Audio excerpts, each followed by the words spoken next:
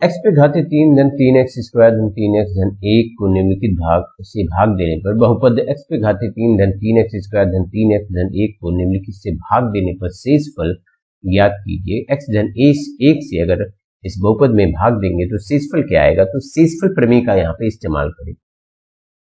शेषफल प्रमेय कहता है कि जब किसी बहुपद जो कि एक घात या एक घात से अधिक का बहुपद हो, उसमें हम किसी रैखिक बहुपद है, मान लीजिए बहुपद px है, px में किसी रैखिक बहुपद x ऋण a से भाग दे और a जहां पर एक वास्तविक संख्या है, तो x ऋण a से बहुपद px में भाग देने पर शेषफल जो होगा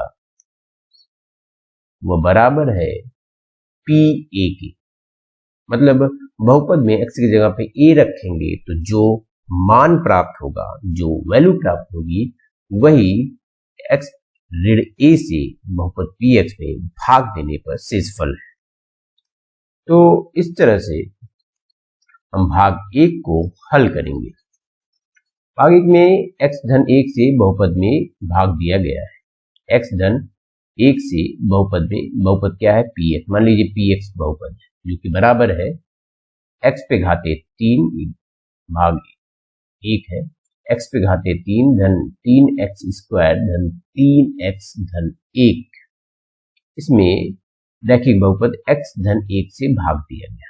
x धन 1 बराबर, इसको आप इस तरह से भी लिख सकते हैं, क्योंकि x हमने शेषफल में प्रमेय पढ़ा, जब इस रैखिक बहुपद x ऋण a से बहुपद में भाग दें तो शेषफल जो होगा वो pa होगा। तो यहाँ पे a जो है वो ऋण 1 है, x ऋण 1 की तुलना करें तो बहुत से यहाँ पे a है वो ऋण 1, तो pa, तो शेषफल जो होगा शेषफल मतलब इस बहुपद से इस रैखिक बहुपद से इस बहुपद में भाग देने पर तो शेषफल होगा वो p ऋण 1 के बराबर होगा। अर्थात बहुपद में हम x की जगह पे ऋण 1 रखेंगे तो ऋण 1 के घाते 3 धन 3 ऋण 1 स्क्वायर धन 3 गुणे ऋण 1 धन 1, तो ऋण का क्यूब मतलब कि ऋण 1 गुणे ऋण 1 गुणे ऋण 1, तो आएगा ऋण 1 धन 3 गुणे ऋण 1 का स्क्वायर तो धन 1, तो 1 ऋण 3 धन 1, तो ऋण 1 धन 3 ऋण 3 धन 1, तो 1 1 से कैंसिल हो जाएगा, धन 3 ऋण 3 से कैंसिल हो जाएगा, तो प्राप्त होगा हमें 0 शेषफल। 0 प्राप्त होगा, मतलब कि बहुपद में x धन 1 से भाग देंगे तो शेषफल हमें 0 प्राप्त होगा। तो भाग 2 में चलते हैं। माना बहुपद px बराबर x पे घाते 3 धन 3x स्क्वायर धन 3x धन 1, तो इसमें बहुपद x ऋण 1/2 रैखिक बहुपद x ऋण 1/2 से भाग देने पर जो शेषफल प्राप्त होगा, शेषफल प्रमेय से शेषफल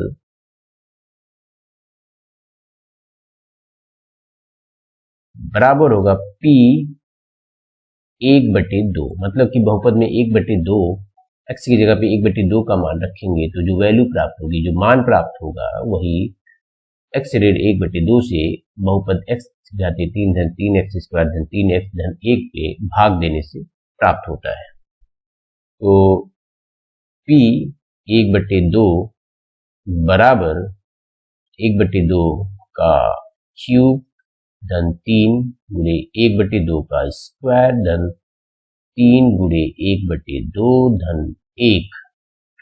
1/2 का क्यूब करेंगे तो 1/8 आएगा, धन 1/2 का स्क्वायर करेंगे, वर्ग करेंगे तो 1/4, तो 3/4 धन 3/2 धन 1। तो इसे हल करने पर हमें प्राप्त हुआ 27/8, अर्थात शेषफल की 1/2 बराबर 27/8। तो शेषफल में प्राप्त हुआ 27/8, और ये वो भी तब जब हम बहुपद में बहुपद पी एक्स में, जो कि एक्स पे घाते 3 धन एक्स पे घाते 3 धन 3x² धन 3x धन 1 में x ऋण 1/2 से हम भाग देंगे तब।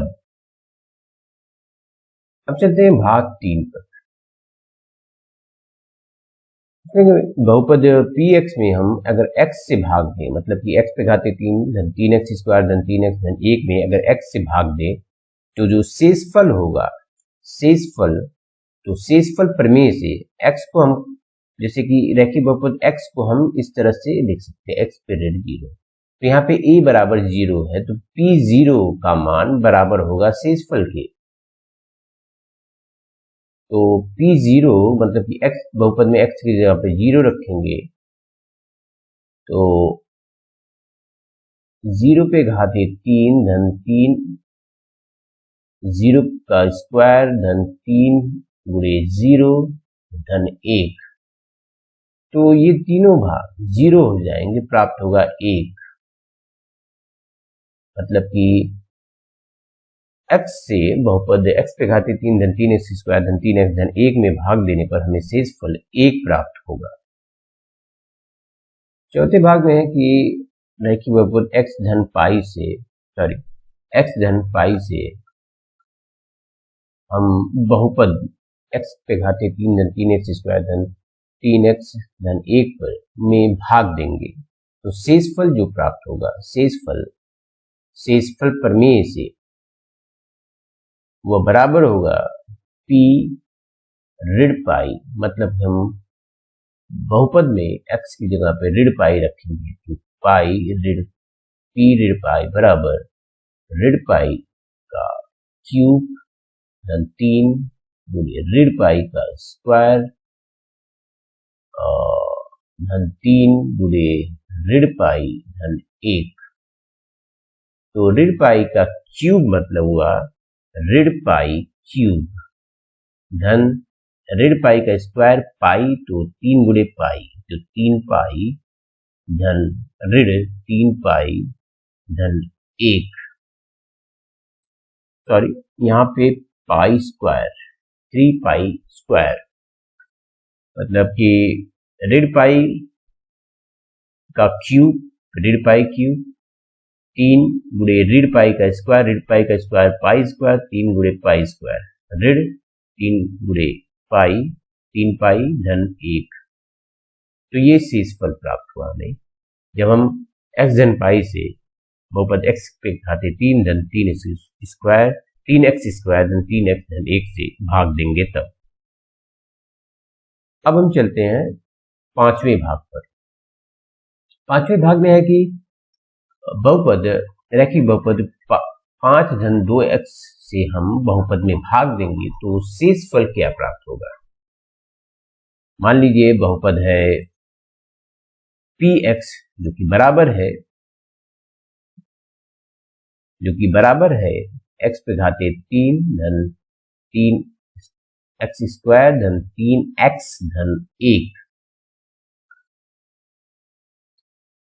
तो इस बहुपद में हम 5 धन 2x इस रैखिक बहुपद से भाग देंगे तो शेषफल क्या होगा। तो शेषफल प्रमेय से 5 धन 2x को हम, तो मान लीजिए 5 धन 2x बराबर 0, तो x बराबर ऋण 5/2।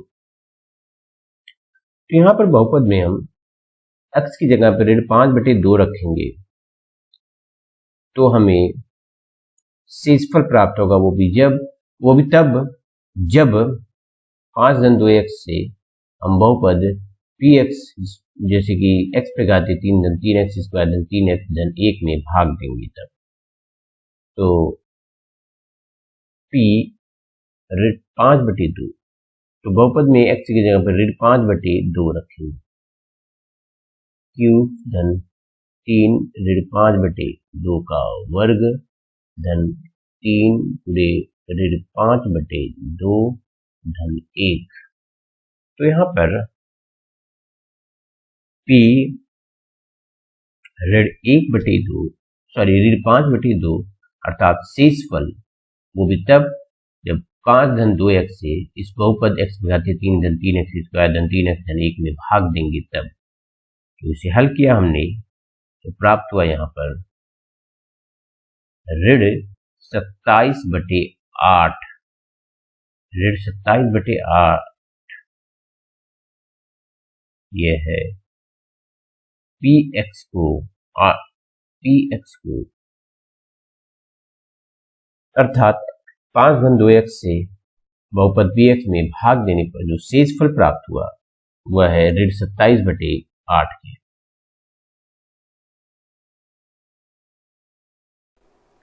बहुपद x पे घाते 3 ऋण ax स्क्वायर धन 6x ऋण a को x ऋण a से भाग देने पर शेषफल ज्ञात कीजिए। x ऋण a से भाग देने पर शेषफल ज्ञात कीजिए। तो शेषफल प्रमेय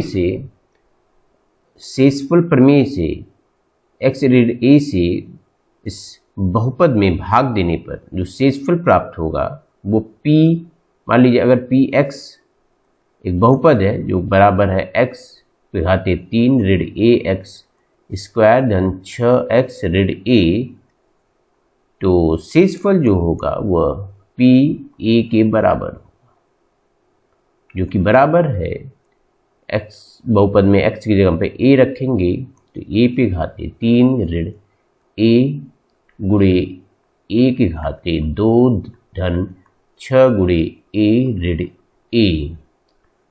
तो a पे घाते 3 का मतलब a क्यूब ऋण a गुणे a पे घाते a स्क्वायर, तो मतलब ऋण a के घाते 3 धन 6a ऋण a। तो a के घाते क्यूब ऋण a के घाते क्यूब कैंसिल हो जाएगा, 0 हो जाएगा, और 6a ऋण a 5a। तो x ऋण a से बहुपद में भाग देने पर तो इस तरह से x ऋण a से बहुपद में भाग देने पर जो शेषफल प्राप्त हुआ वह है 5a। तो शेषफल बराबर 5a। जांच कीजिए कि 7 धन 3x स्क्वायर धन 7x का एक गुणनखंड है या नहीं। 7 धन 3x इस बहुपद 3x स्क्वायर धन 7x का गुणनखंड है कि नहीं, इसके लिए हम क्या करेंगे, 7 धन 3x से इसमें भाग देंगे। अगर भाग देने पर शेषफल 0 प्राप्त हुआ तो हम कहेंगे कि 7 धन 3x स्क्वायर धन 7x का एक गुणनखंड है। अगर भाग देने पर शेषफल 0 नहीं आया तो कहेंगे गुणनखंड नहीं है। तो पहले हल 7 धन 3x इसमें भाग देने पर शेषफल 0 आएगा कि नहीं आएगा, इसके लिए हम शेषफल प्रमेय का इस्तेमाल करेंगे। माना 7 धन 3x बराबर 0, तो x बराबर ऋण 7/3। तो बहुपद में x के जगह पर ऋण 7/3 रखेंगे तो हमें शेषफल प्राप्त हो जाएगा, ऋण 7/3 बहुपद में रखने पर। तो 3 जांच कीजिए कि 7 धन 3x पे क्यूब धन 7x का एक गुणनखंड है या नहीं। तो इसके लिए 7 धन 3x से हम 3x पर क्यूब धन 7x पे भाग देंगे में। अगर भाग देने पर शेषफल 0 प्राप्त होता है तो 7 धन 3x इस बहुपद 3x क्यूब धन 7x का एक गुणनखंड है। अगर शेषफल 0 नहीं आता, 0 नहीं आता, तो गुणनखंड नहीं है। तो शेषफल प्राप्त करने के लिए हम शेषफल प्रमेय का इस्तेमाल करेंगे। तो इसके लिए क्या करेंगे, 7 मान लेंगे कि माना 7 धन 3x बराबर 0, तो x बराबर ऋण 7/3। तो बहुपद 3x क्यूब धन 7x में x की जगह पे ऋण 7/3 रखेंगे तो हमें शेषफल प्राप्त होगा, वो भी तब जब 7 धन 3x से हम 3x इस क्यूब धन 7x में भाग देंगे तब। तो p, मान लीजिए px एक बहुपद है, वो बराबर है 3x। मान लीजिए px एक बहुपद है जो कि बराबर है 3x क्यूब धन 7x की।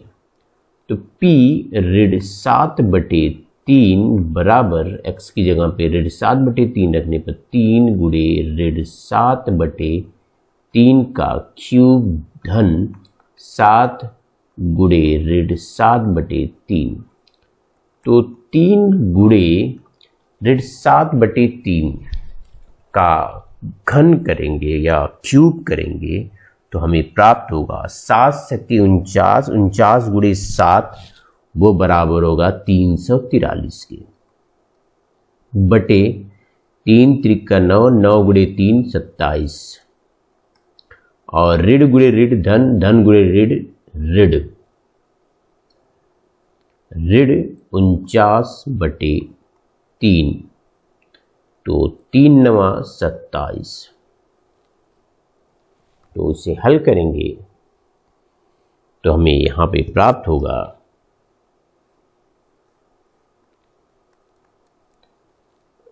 9 9 एकम 9 ऋण 343, 3 त्रिका 9, 3 गुणे 49 बराबर 147 बराबर ऋण 490/3। अब ये 0 के बराबर नहीं है। 90 ऋण 490/3, 490/9 सॉरी। तो इसे हल करने पर ऋण 490/9 जो कि 0 के बराबर नहीं है, अर्थात 7 धन 3x से 3x क्यूब धन 7x में भाग देने पर जो शेषफल प्राप्त हुआ वह शेषफल 0 के बराबर नहीं है, वो बराबर है ऋण 490/9 के। अतः 7 धन 3x क्यूब धन 7x का एक गुणनखंड